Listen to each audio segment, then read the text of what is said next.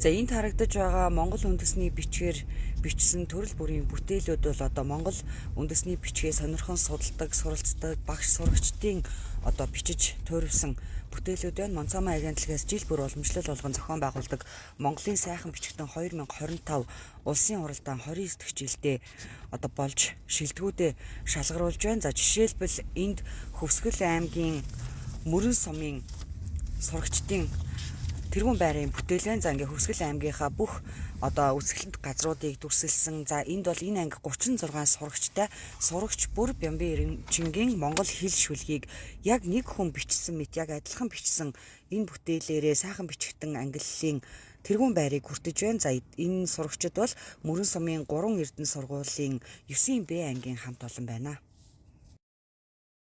Бид нар болохоор бүтээлээ анх удирдамжинд гарснаас хойш тэгээд өмнө 7 хоног нийтдээ 2 сарын хугацаанд бэлдсэн.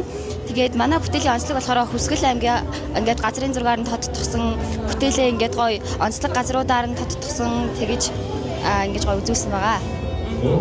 За энэ бол манай Хөвсгөлэдэг бүх гоё газрууд одоо манай Хөвсгөлийн те ингээд очиод үзгээд очиод ингээд аялахад тохиромжтой хамгийн гоё газрууд.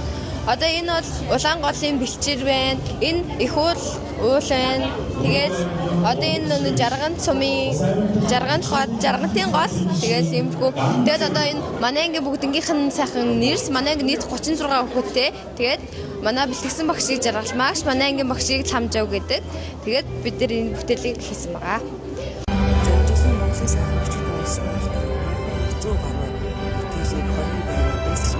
Монголын сайхан бичсэн хоёр тэмцээний шилдэгүүдэд Монгол улсын ерөнхийлөгч хүрэлцэн ирж шагнал гардуулж Монгол хэл соёл, Монгол үндэсний бичвэр, монголчуудын бахархал, үндэсний дархлаа юм шиг гэдгийг одоо бахархан хэлж заглаа.